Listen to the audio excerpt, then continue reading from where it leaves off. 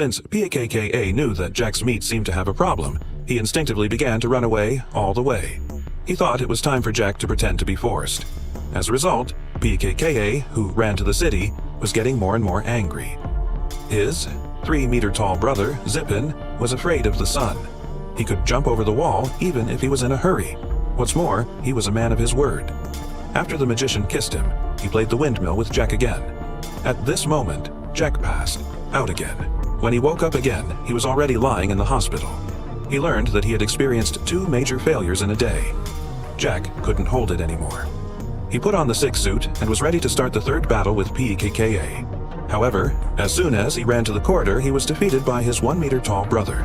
Zippin persuaded him with just 3 words. It turned out that during the time when Jack was just in a coma, PKKA did something ridiculous to him while he was in a coma.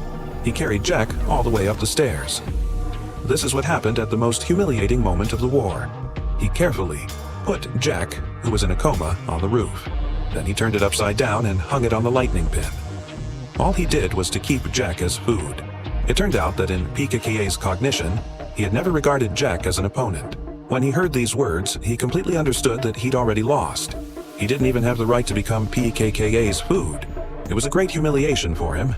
He burst into tears. On the other side, there was no audience in the underground arena. 2 men were sitting face to face like this. They looked at each other for 7 days and nights without eating. Dechuan asked Yongqi Lang if he thought Renya was invincible. After all, in the face of the original man, PKKA lost a left leg, even if it was a bear. Kessie was a glutton who was willing to eat. Even the monster-like Fanma Jack was treated by PKKA as a pet paradise.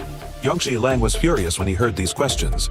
After all, the son of Longsheng Longfeng, Shengfeng and Laoshu will fight. He said that Renya not only inherited the blood of the Fanma family, but also had the strongest ghost brain on the surface. Then Yongqi Lang smashed the table 3 meters thick to show his determination. This time, he chose to believe in himself. On the other side, the 2 men in the arena were still competing. Suddenly, a familiar smell attracted PKKA's attention. And this is not anything else but the Tyrannosaurus that was found with PKKA. His favorite food was thrown into PKKA's eyes the next second. He has been hungry for a week and can't hold it anymore. He just sat in front of Renya and ate. Maybe he has been alone with Renya for so long. PKKA, full of ambition, unexpectedly handed Renya a piece of raw meat. At this moment, he's recognized Renya as a strong kind, and Renya never disappoints his friend's expectations. The 2 of them entered the sweet lunchtime together. After eating, the 2 of them lay down on the ground. As the saying goes, the warmth is like a jade. At this moment, Renya remembered the real purpose of coming here. Seeing that he would stay like this, I'm afraid he will be sworn to PKKA.